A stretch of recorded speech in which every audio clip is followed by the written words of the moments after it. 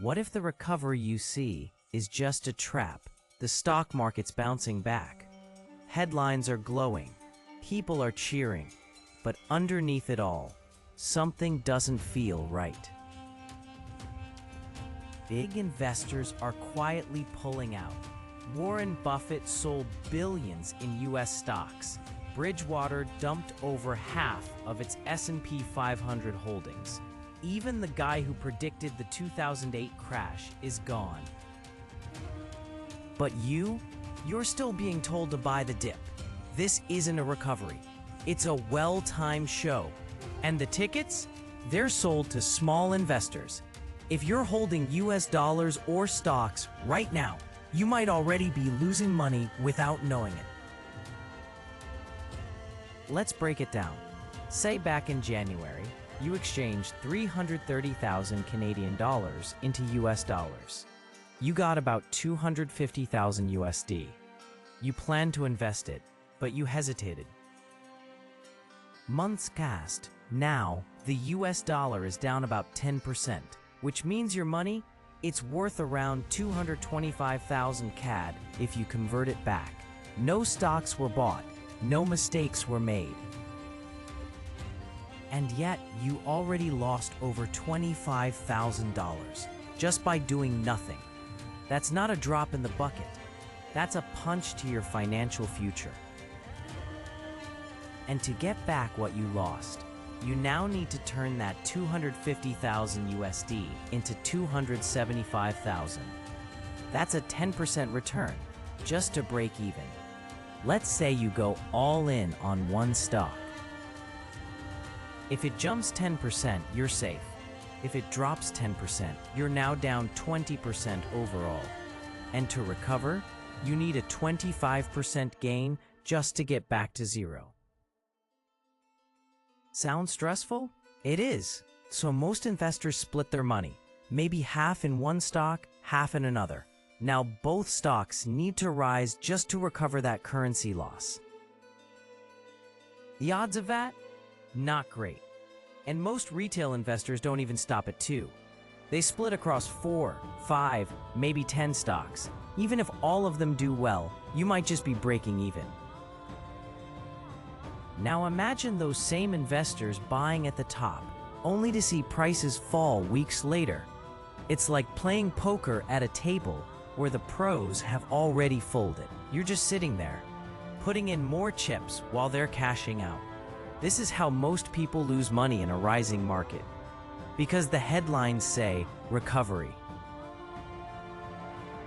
The returns say trap, so if even sitting on US dollars is risky. What's safe anymore? That's what we'll dig into next. The market looks like it's bouncing back. Indexes like the S&P 500 are flashing green. People feel hopeful again, but look deeper. Not all stocks are recovering. Only a small group is driving the whole show. Big names, famous companies, heavyweight tech giants. Their success pulls the index up. But most stocks, still underwater. Here's the problem. If you bought any random stock from the S&P 500 over the last 200 days, there's a good chance you're still down. In fact, during the recent April drop, only 15% of S&P 500 stocks were trading above their 200-day average. That means 85% of them were losers. And even now, that number is only back to around 50%. So yes, the index looks healthy. But half of the market is still sick. It's like a school where only the top students are improving.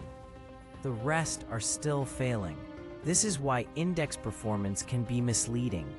It makes the market seem stronger than it really is. A few big stocks are masking the weakness underneath. The real story? Winners are few. Losers are plenty. That means if you're investing blindly, odds are against you. You can't just throw money at the market and hope. This isn't 2020 anymore. Back then, 70 to 80% of stocks were rising. Now, it's a coin flip. And when half the stocks are still down, the game is much harder. You might be picking losers and not even know it. That's the danger of surface-level analysis. You see green numbers. You think it's time to jump in. But what you're really doing is stepping onto thin ice. And under that ice, a market that hasn't fully recovered.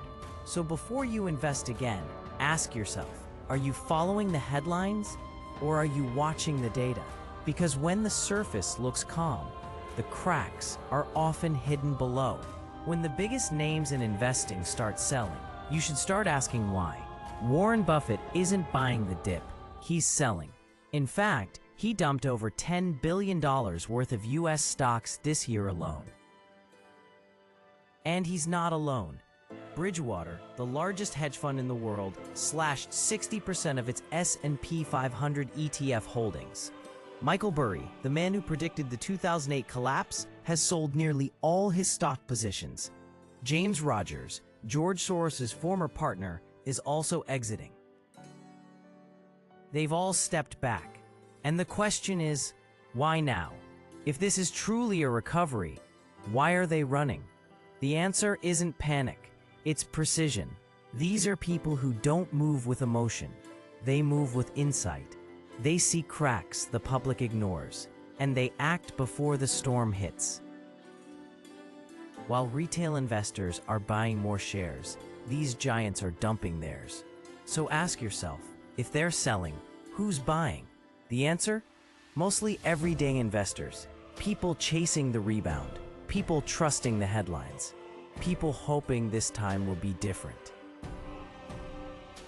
But hope isn't a strategy, and this isn't just a coincidence.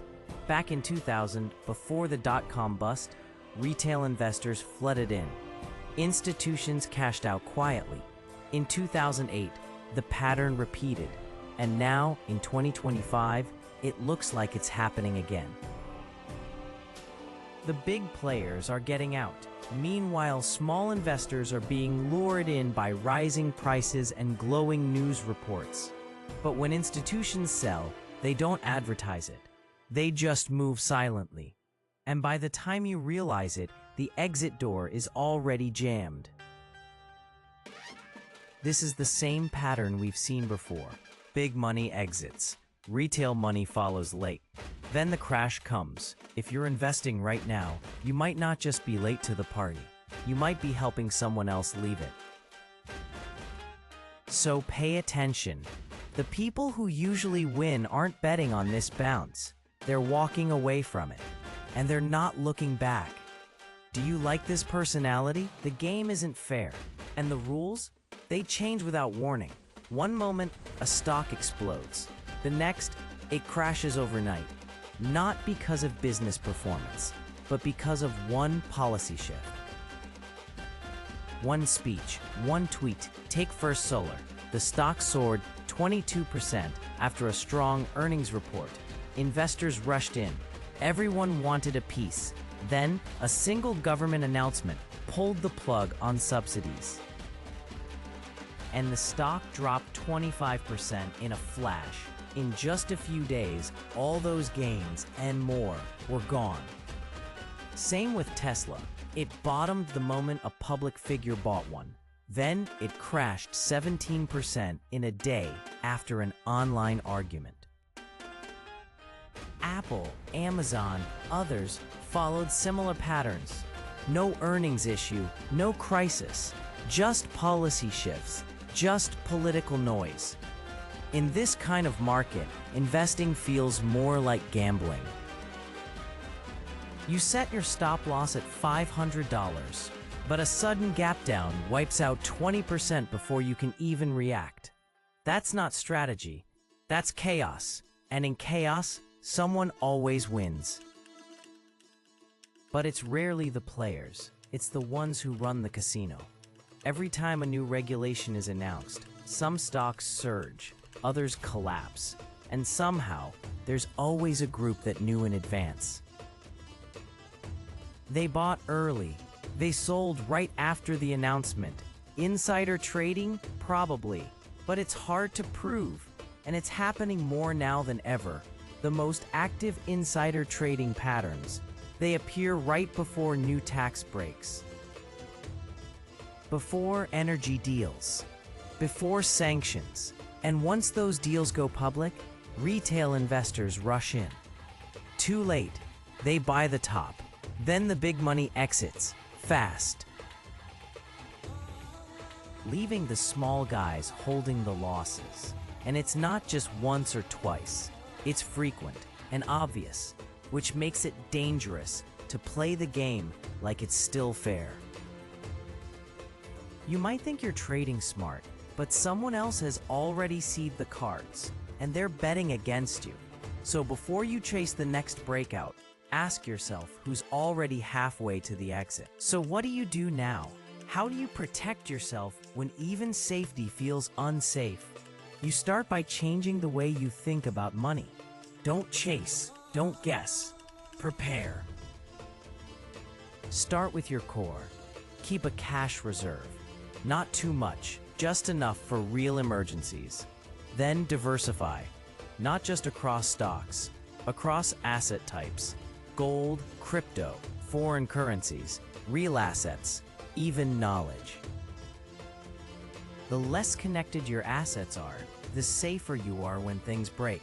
Don't rely on headlines to tell you what's happening. Watch the flows.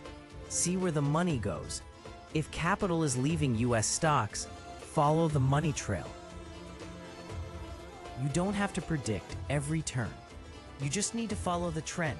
If the weather looks stormy, don't set sail. Wait. But while you wait, sharpen your tools. Study different asset classes. Learn how cycles work. Get clear on your exit strategy before you enter. Know how much you're willing to lose, not after it happens, before. Focus on asymmetric bets, small risks with large upside. Skip the hype. Ignore what's hot. Look for what's quiet, because that's usually where the value hides. If you don't understand it, don't invest in it. This isn't about being smart. It's about being ready. Wealth is not just about making money. It's about keeping it. Risk management isn't a side task. It's the main job. Most people focus on how much they can make. The wise focus on how much they can lose and stop it. Build your system, something that works even when you're not watching every tick. A checklist, a framework, a process. On the passive path, we focus on making money work for you, not the other way around. And that's the real path to freedom. You don't need to win every trade. You just need to avoid losing big. Set your sights on surviving long enough to catch the real opportunities. And when they come, move fast, with clarity, no hesitation. The market isn't kind to the slow, but it rewards the prepared. If you've made it this far, you're already doing more than most. Keep watching, keep learning. Subscribe to The Passive Path, like the video, share it with someone who's still playing the old game. And if you're building your own system to protect your future, drop a comment and say what you're doing. Because the more you prepare now, the less you'll panic later. A storm doesn't warn you before it hits, but you've seen the signs, you've listened, you've stayed to the end. That already puts you ahead of most. This market is changing fast. The old strategies don't work like they used to, but preparation still works, clarity still wins, and discipline always survives. So protect your capital, question the noise, build your own rules, and walk the passive path with intention. If you got value from this video, like it. If you want more content that challenges the mainstream, subscribe. If you're preparing your own game plan, drop a comment and share it. And if someone you care about is still trusting the headlines, send this video their way. This might be the wake-up call they need. Good luck out there. Watch more videos on the passive path to keep building your financial defense, and I'll see you in the next one.